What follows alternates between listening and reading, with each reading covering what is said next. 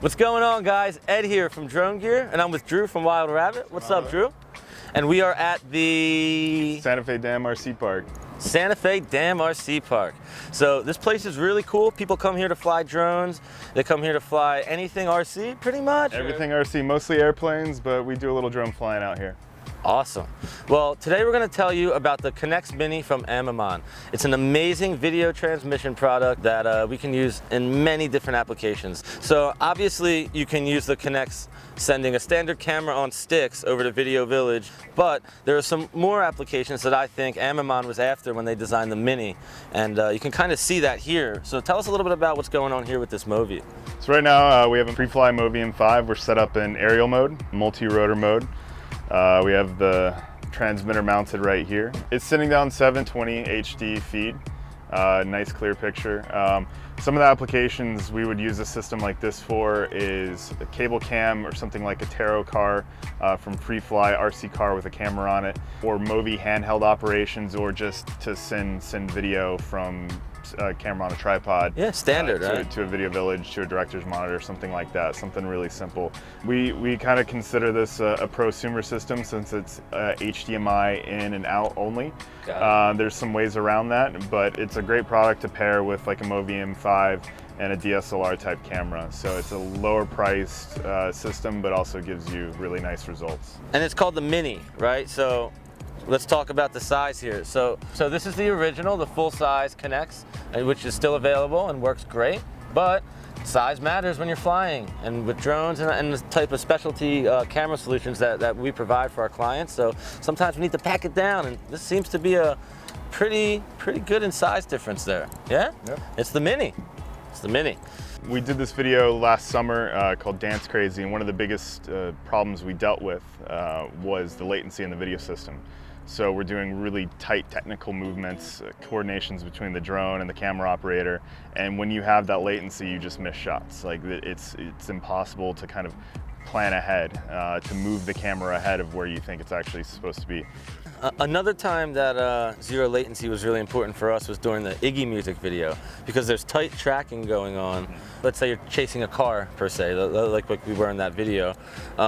If they want a tight shot, if the DP wants a tight shot of you tracking that car, and there's latency, it could become dangerous without having this, you know what I mean, in our line of work. So having zero latency is amazing. Let me go ahead and power this on, and I'll show you what zero latency looks like. Awesome.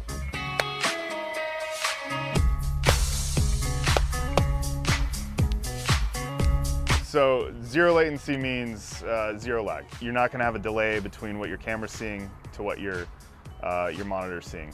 So with the Mini, you get about half the advertised range of the original Connex. How far can you fly? This is an advertised 2,500 to 3,000 feet. The Mini's advertised 1,600. We're gonna do a flight test today. We're gonna try to push that range and see where it breaks. That's great. I think we should go and test it. Yeah, let's fly this bad boy. Yeah, let's do it. Let's do it. Yeah. Ooh.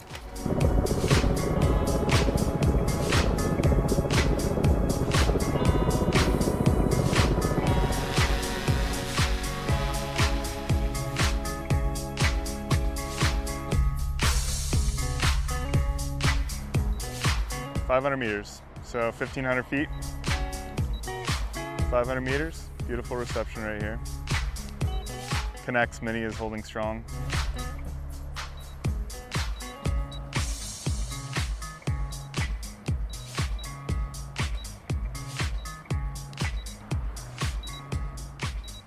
All right, I'm gonna bring her home.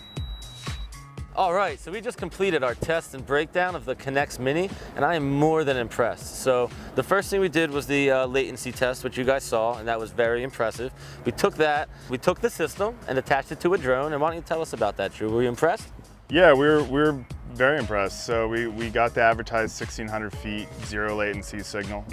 We did a full pan on our gimbal. A lot of times that's where you'll find the signal breakdown, is when you do a full pan, you kind of get some obstructions in front of the transmitting antennas. But the system was great. It lived up to the advertised specs. We pushed it to the end of our park here. We couldn't take it much further, so we're excited to take it out, do some more tests, see how much further we can push it than the advertised 1,600 feet, and also get it into more RF dense areas and see how it performs under those conditions. But for our baseline test, we're pretty excited about it. And one thing we didn't talk about earlier is you can link one transmitter up with 4 receivers. So you can set it up, your camera operator can have a feed, your pilot can have a feed, your director can have a feed, and then you can send it down to Video Village as well. So it's a pretty versatile little system. One thing that we definitely use it for is like a backup to one of these other systems. So you can have a more affordable backup, or if you're just looking for a really good sort of starter system, this is definitely a great way to go. Yeah, and for $1,300, especially for, I know there's a lot of you one-man production gurus out there that can really do everything, right? You have your audio, your video. This is a really great tool to add to your arsenal. You know, it's something really great to use. $1,300, it's worth it. It's very professional. So I think that's it. I want to give a big thanks to Wild Rabbit. Make sure you subscribe to them and like and share their content. Make sure you subscribe, like, and share Drone Gear as well. All of the links are below. Thanks for spending time with us. I hope you guys enjoyed the video and maybe even learned something. And I think that's it. That's it. All right, Drew, let's get out of here. Yeah, brother. Cheers. Thanks for coming.